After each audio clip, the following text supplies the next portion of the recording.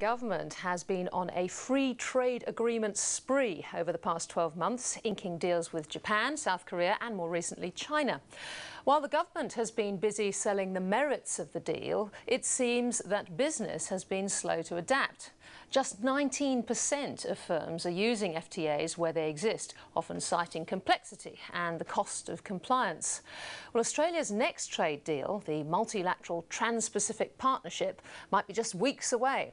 But some are warning that rather than freeing up trade, it may just add another layer of cost. Neil Woolridge reports.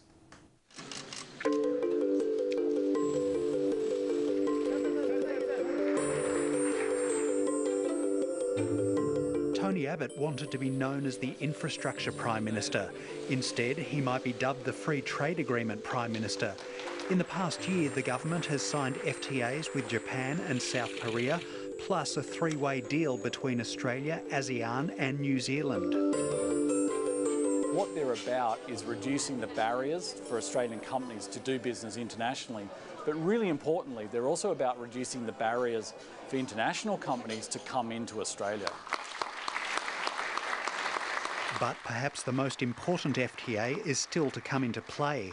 In November, the government agreed to terms with Australia's biggest trading partner, China, and in doing so secured some critical concessions. This is the first time, be it China's agreements with ASEAN or anyone else, where services have been part of the single undertaking at the end of the negotiations. And on top of the potential opening for services, Australia has also secured a prized most favoured nation clause in the China FTA. Future openings that China makes for investors of other countries, for example, they're negotiating with the US at the moment on a bilateral investment treaty, Australia will automatically get the benefit of all of those future openings made to other countries. Despite the excitement over Australia's recent trade deals, many businesses are slow to get on board. A recent survey by the accounting firm PwC revealed that just 9% of Australian firms operate in Asia. Another poll by HSBC in 2014 found that fewer than 1 in 5 Australian exporters utilise free trade agreements, with firms put off by complexity and regulatory hurdles. Many of the services gains will only really be captured if companies set up and build businesses to either deliver services or at the very least create demand for those services from inside the market. The next major trade deal on the horizon is the Trans-Pacific Partnership, a multilateral agreement between 12 nations, including the United States, Canada and Mexico. But many fear the TPP may hinder rather than foster global trade by strengthening copyright protections and pushing up the prices of medicine and other intellectual property. The whole agreement has been conducted in secret. Even industry groups and not-for-profits haven't been involved. There are around 20 chapters which are likely to be released, and we've only received 2 draft chapters, and that was leaked by WikiLeaks. So we really don't know what's in it, and from what we do know, it does look detrimental. I'm honoured to welcome you all to the White House this morning as I sign the legislation implementing the historic free trade agreement.